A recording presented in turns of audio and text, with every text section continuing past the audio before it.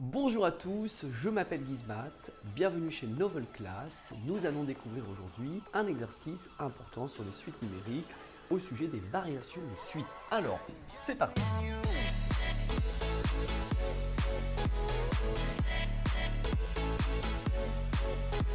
Pour tout n dans n, on donne la suite Vn, indice n supérieur ou égal à 0, pour dire que la suite Vn est définie à partir de n égale 0, et définie par Vn égale 3 fois n plus 2. La question est de savoir si la suite est croissante ou décroissante. Dire si la suite Vn, avec n supérieur ou égal à 0, est croissante ou décroissante. Alors ce que vous pouvez faire, c'est calculer V0, V1, V2, V3, etc.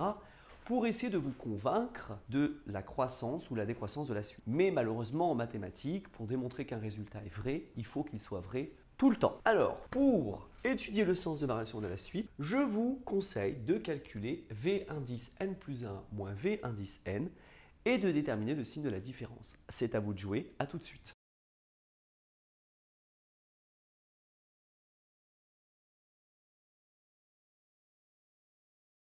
Alors, comment s'est déroulé votre calcul?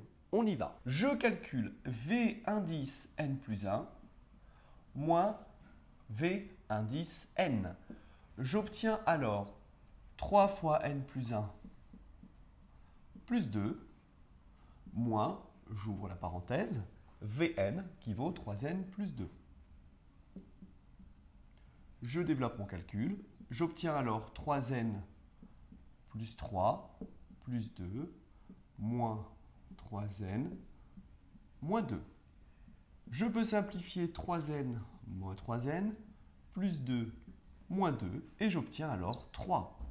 Étant donné que Vn plus 1 moins Vn est positif et que je l'ai démontré quel que soit n, pour tout n appartenant à n, regardez bien, Vn plus 1 moins Vn est positif, alors Vn plus 1 est toujours plus grand que Vn.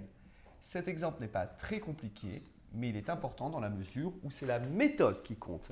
Vn plus 1 est plus grand que Vn, donc la suite Vn, que je note Vn entre parenthèses avec l'indice supérieur ou égal à 0, est une suite croissante, comme les croissants et les pains au chocolat. Alors c'était une blague, évidemment. Voilà, si vous avez compris, eh bien c'est parfait.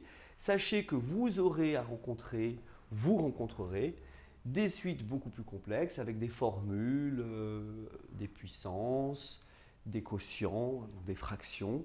Sachez que c'est toujours la même méthode. Cette méthode, elle est très appréciée dès lors que vous êtes en mesure de pouvoir donner le signe de la différence. Merci à vous, c'était Gizmat chez Novel Class et à très bientôt.